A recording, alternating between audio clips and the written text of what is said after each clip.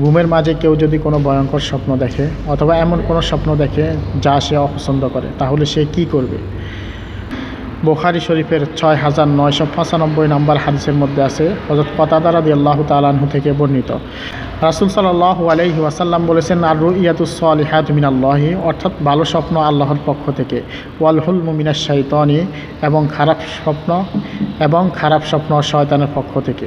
ফামান রাআ শাইআন ইয়াকরাহুহু ফালিয়ানফিস আন শিমালিহি সালাসান, অর্থাৎ যে ব্যক্তি স্বপ্নে কোনো খারাপ কিছু দেখে যা সে অপছন্দ করে, তাহলে সে যেন তার বাঁ দিকে ৩ বার থুতু ফেলে এবং ওয়ালিয়াতাউয়াজ মিনাশ শাইতানি,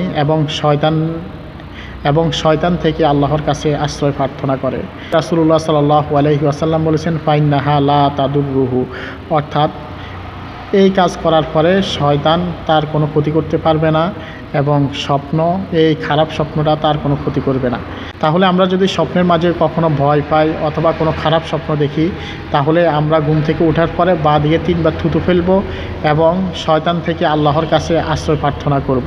তা আল্লাহ তাআলা আমাদেরকে এই খারাপ স্বপ্ন থেকে হেফাজত করবে, স্বপ্নের খারাপি থেকে আমাদেরকে হেফাজত করবে। আল্লাহ তাআলা আমাদের সকলকে আমল করার তৌফিক দান করুন।